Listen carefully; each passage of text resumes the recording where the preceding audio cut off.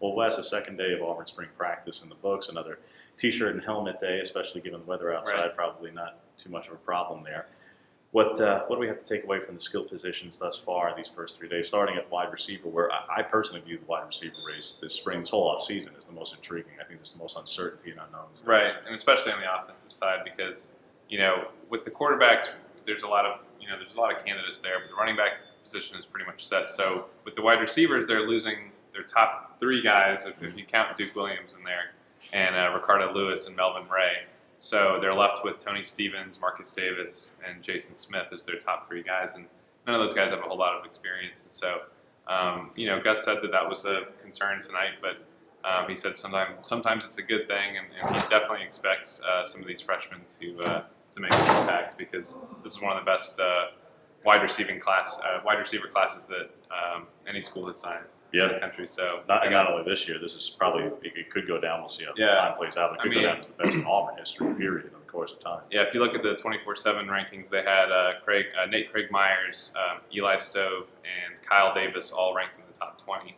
So 3 out of the top 20 is obviously really good, and Damian Craig was a big part of that before he left. So. And having Kyle Davis here already obviously gives him a leg up. I know he can be limited a little bit, but that'd be a leg up compared to the other two and gives him a chance to learn the offense before we get into the summer and certainly the fall camp. Right.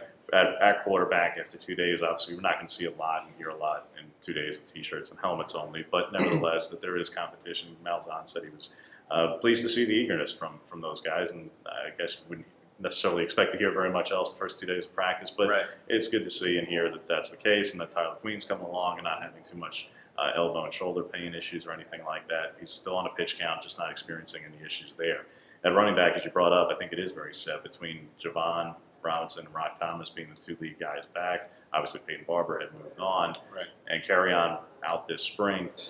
It's clear that those are the top two guys. Gus said as much, but how do you think it's going to end up shaking out where Javon looks to us to be the leader, but if there's still questions as to whether Rock Thomas can be a 20 carry game guy if need be, we're never going to have an answer if we don't see it a little bit in the spring. Right, and you brought up a good point just before we started here. Whereas if Javon Robinson were to get hurt, where does that leave everything else in the backfield? I mean, is there a 20-plus carry per game back on this roster?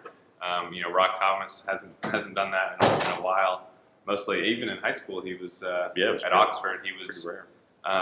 The team was up so much usually that he didn't really play much in the second half of a lot of games, and so there's a lot of questions there too. But we'll see and we'll know more as each day passes on. So. And on Saturday they plan to practice at the stadium. It will not be a full tackle to the ground practice. I don't believe, but there'll be some physicality, or excuse me, there'll be some tackling. It will not be a scrimmage is the issue. So Malzahn said expect a physical practice, probably some tackling. Very well could be to the ground, but it would not be a scrimmage this first Saturday, which is to be expected. Did leave the possibility of going live, and that would be after spring break, where there's 2 practices next week. After break and et cetera, they could go live for the quarterbacks, and we'll learn a lot more from that probably in the weeks to come.